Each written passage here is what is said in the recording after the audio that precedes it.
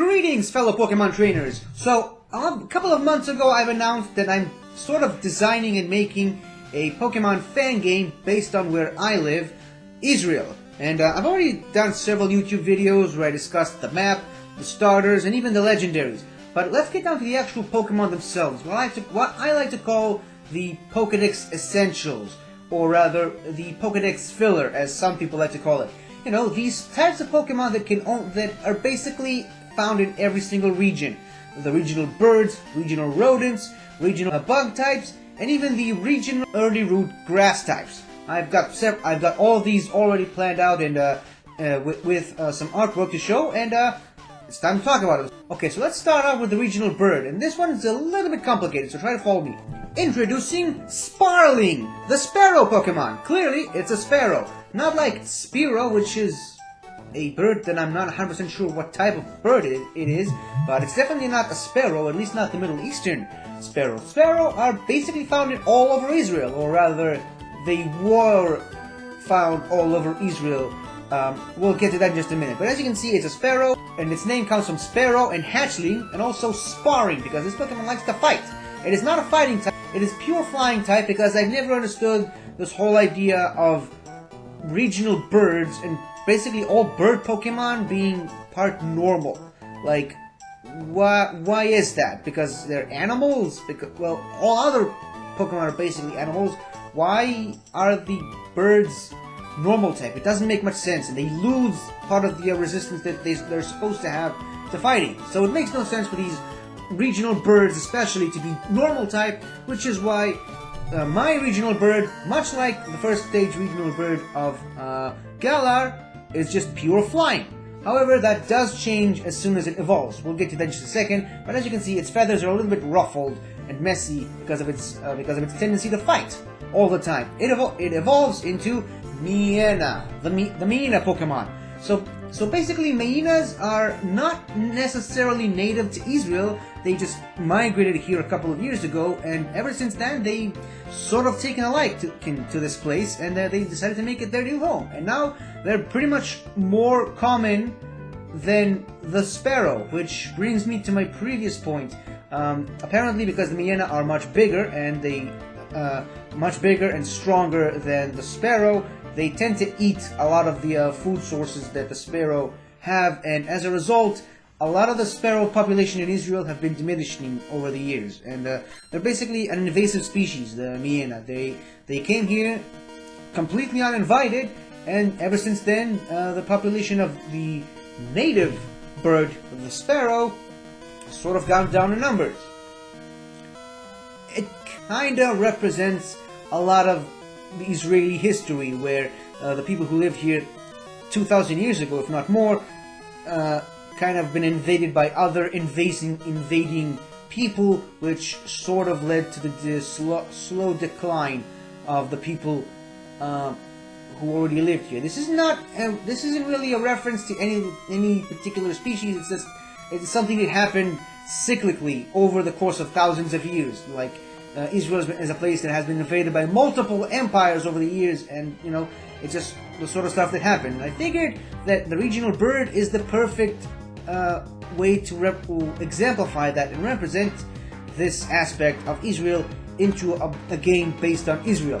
As you can probably already guess by now, it is now flying in dark, because it is a very mean Pokemon. And sometimes, unlike Sparling, which likes to fight other Pokemon who are much larger than it, just to prove how strong it is, Miena always likes to battle Pokemon who are smaller and weaker from it to kind of take over their territory. Because again, remember, the real bird that these Pokemon are based on are an invasive species, and also these real birds have these little yellow stripe on their eyes. And in this particular design, I sort of decided to make it like a domino mask, similar to the ones used by burglars and villains in most pop culture, especially the superhero genre. Its final evolved form is Razorwar, which, as you can see, it is a cassowary. Now, a cassowary is not a bird native to Israel, it is actually native to Australia.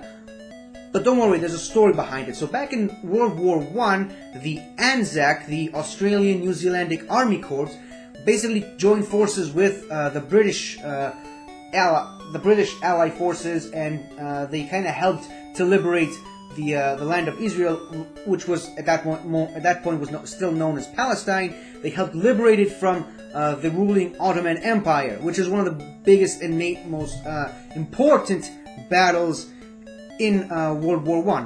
I believe it was one of the very first few victories for the Allied forces in a very long time. It really helped motivate troops, and it really kind of led to the Allied victory in World War I. And the battle itself was also fought in the city that I live in, Beersheba, and there's even several national parks dedicated specifically for Australian and New Zealandic soldiers. And there are a lot of Australian parks with Australian animals brought in from Australia to Israel as sort of a way to commemorate the great partnership and friendship between Israel and Australia. So I figured if a regional bird already has this thing where it switches between species because a lot of different empires and rulers came in, to and from Israel, it only makes sense to continue that trend with something as memorable as the Australian contribution to the history of Israel. And the cassowary, I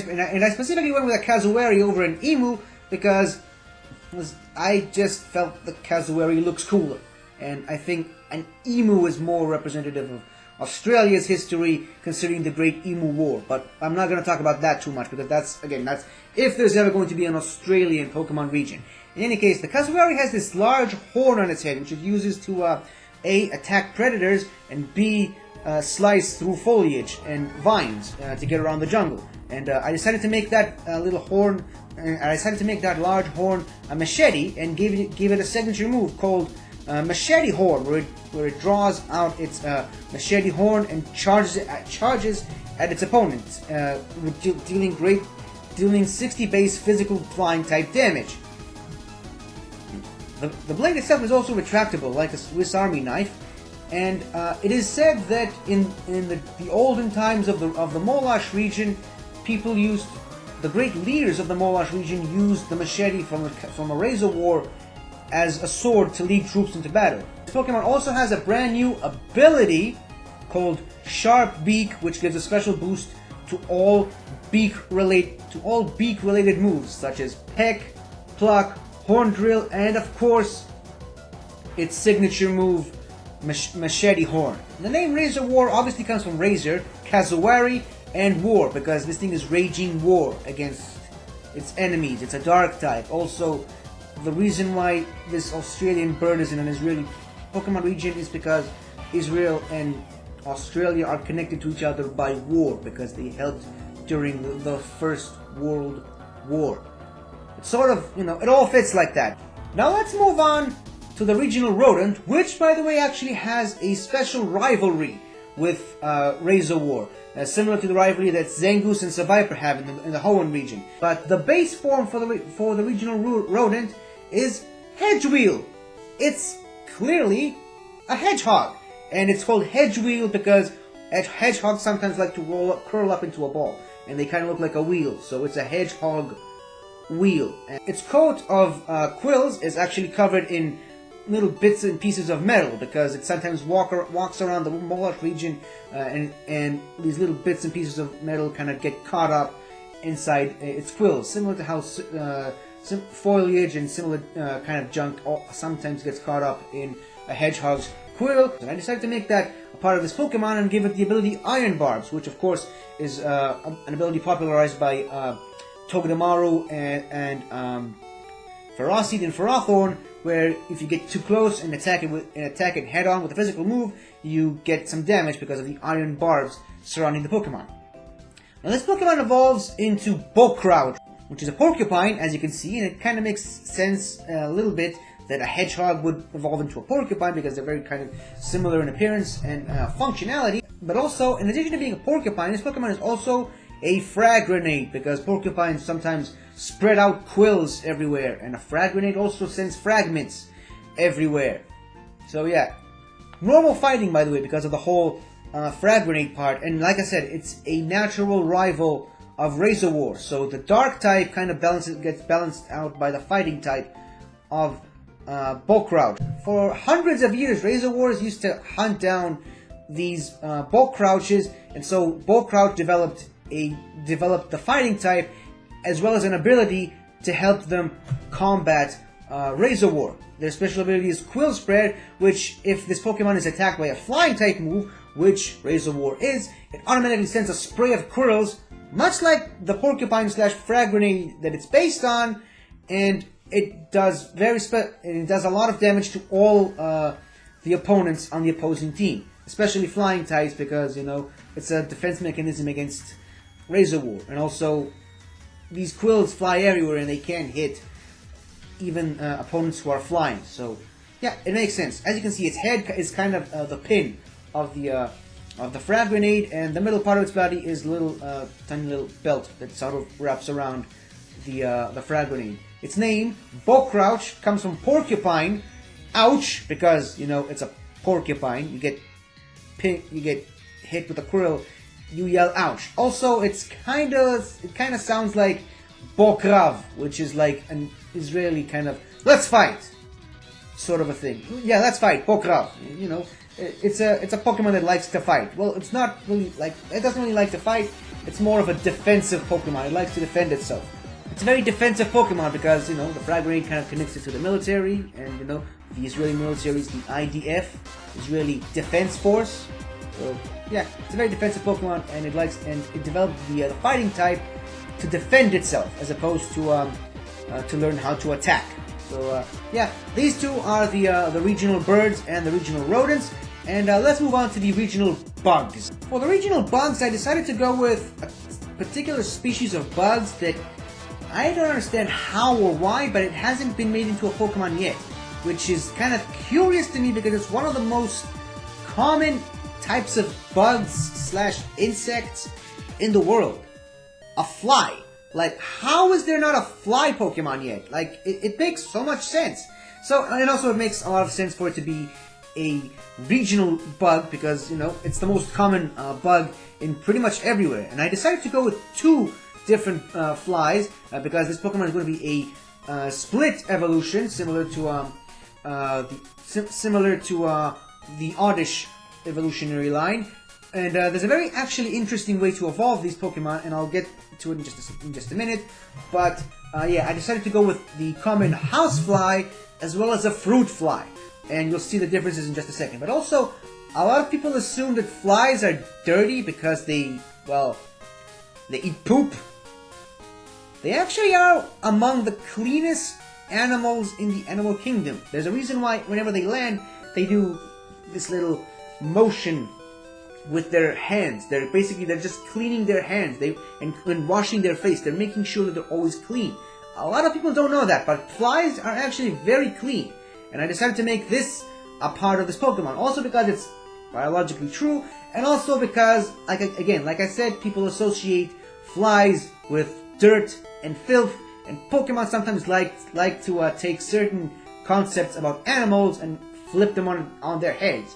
Like, say, taking aquatic animals like hippos and crocodiles and turning them into ground types, or taking large, heavy animals like dinosaurs, specifically sauropods, and giving them the ability to fly. So I decided to kind of take this whole idea and flip it over its head, and I decided to make flies, regional bugs, that are obsessed with cleanliness. Starting with Clearva, the larvae Pokemon. It's a larva. It's a fly larva, as you can clearly see, and its eyes are a sparkling turquoise because, it's always sparkly clean because it's a baby. Babies need to be cleaned at all times. Hygiene is very important to babies, which is why this Pokemon has the new special ability, Vaccination, which means it literally cannot be poisoned by any poison type moves. As you can guess, it's a pure bug type, and its name comes from clean, clear, and also larva. Also, there's a little Y in there because it's a fly larvae. Yeah, I was a little too creative with that name. In any case, it's a pure bug type Pokemon that gains the poison type as soon as it evolves into its secondary stage, Phoenix, the young fly Pokemon. Its name obviously comes from fly, as well as Kleenex, as in Kleenex wipes, which are the wings coming out of its back. It's a Kleenex bug fly thing. It's poison type, but it's mostly poison because it absorbs poison in an effort to clean things, as opposed to, make things dirty. That's why it has these Kleenex wipes for wings. It cleans stuff. It's obsessed with cleanliness. However, its obsession with cleanliness only increases when it evolves into its final form, one of them that is, Flaccus, the housefly Pokemon. It is a housefly vacuum, if the design wasn't obvious enough. Obviously, its big, large nose thing, I forget what the name of it is, it's the suction part of the vacuum. Its belly area is the body of the vacuum itself, where all the dirt and dust is being stored, and its wings are feather dusters. This Pokemon is very much obsessed with cleanliness.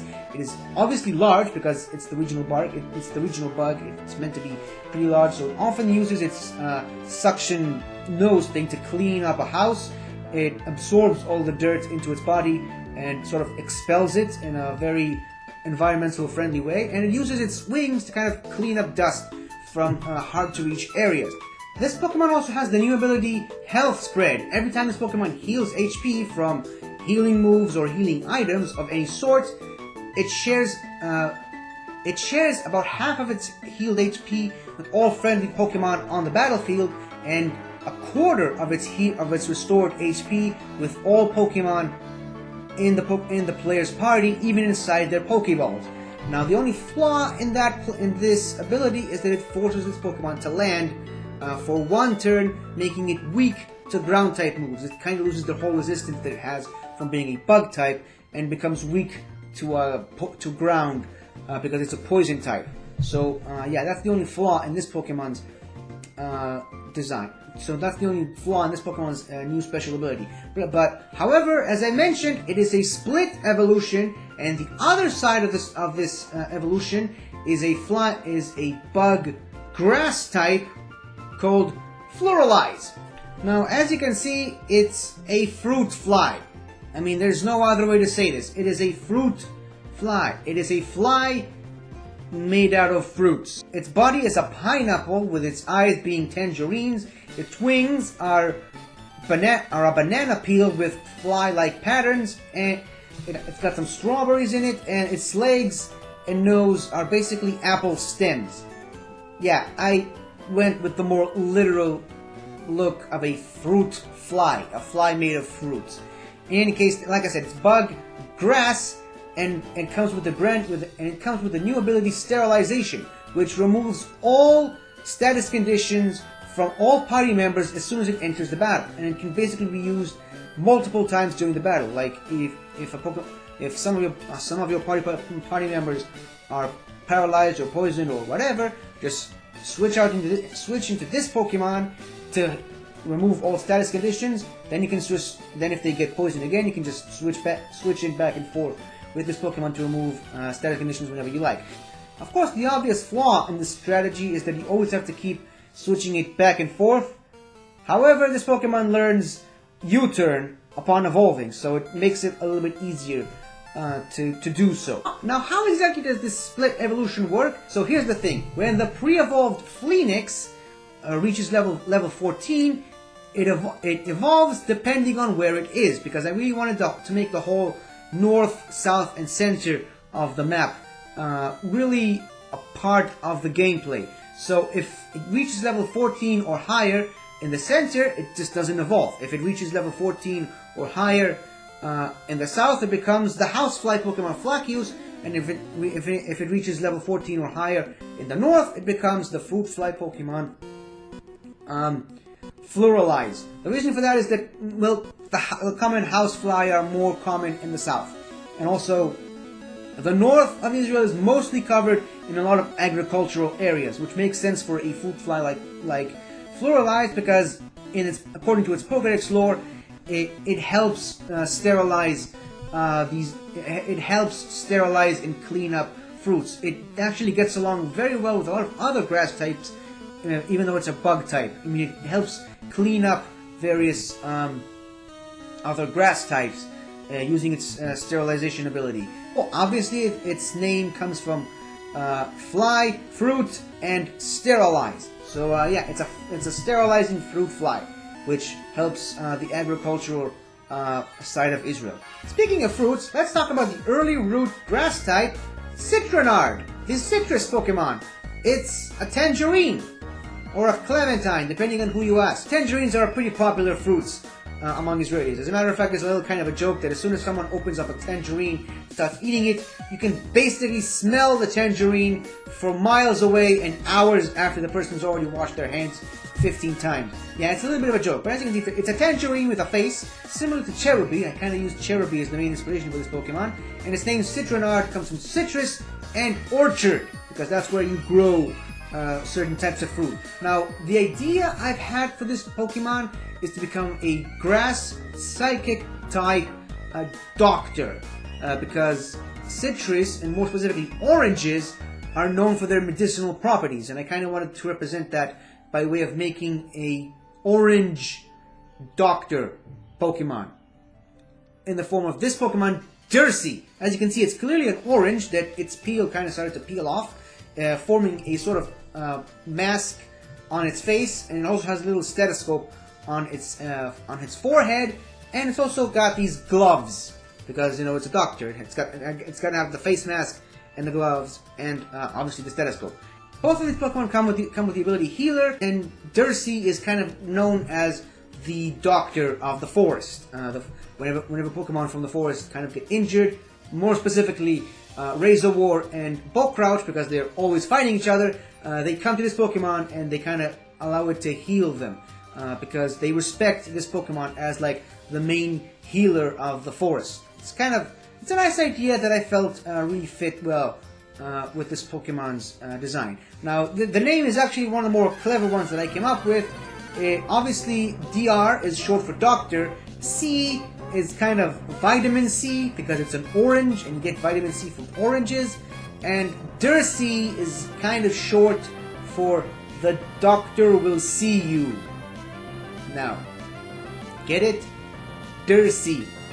These are kind of little fun jokes that I like to put into all of the Pokemon that I create. And these are only just 4 different types of Pokemon that I've come up with. I have so many other Pokemon ideas on the way, but in order to really finalize my idea for this Pokemon game, I'm going to need some support, and more specifically financial support, because I have an artist who created these Pokemon as well as this wonderful background you'll be able to see these Pokemon standing in. That background will also be in the game as sort of where you fight wild Pokemon as well as random trainer battles in the Forest of Beginning, which is where you can find most of these Pokemon in the main story.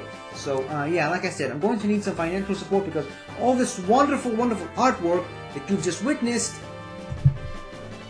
is kind of a little bit expensive, and I am putting my own money into this, and I would like to have some help with that. I've already got some friends of mine who've always signed up to the Patreon. My dad has always signed up to the Patreon.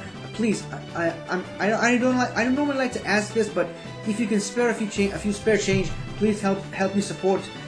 Please help support me and my project and getting this project off the ground, because I really enjoy coming up with ideas for this game, and I really want to make this into an actual full game sometime in the near future. And also, all Patreon supporters will have a free link to the game once it actually becomes a reality. And if you sign up to the Patreon, you can also see early artworks of these Pokemon and sort of the development of these Pokemon. You can see certain things early, certain things that most of the people who are going to watch these videos aren't going to see.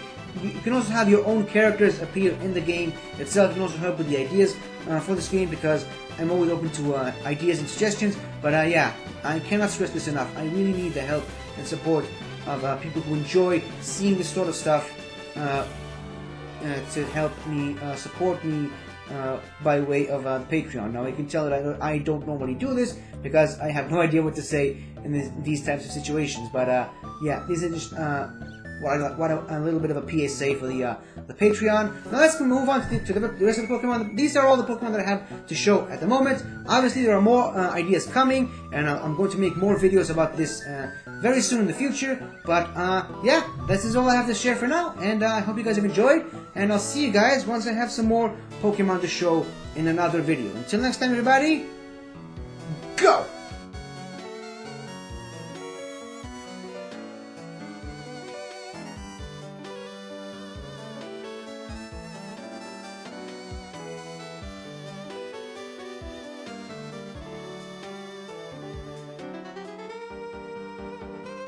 Hello again, everybody!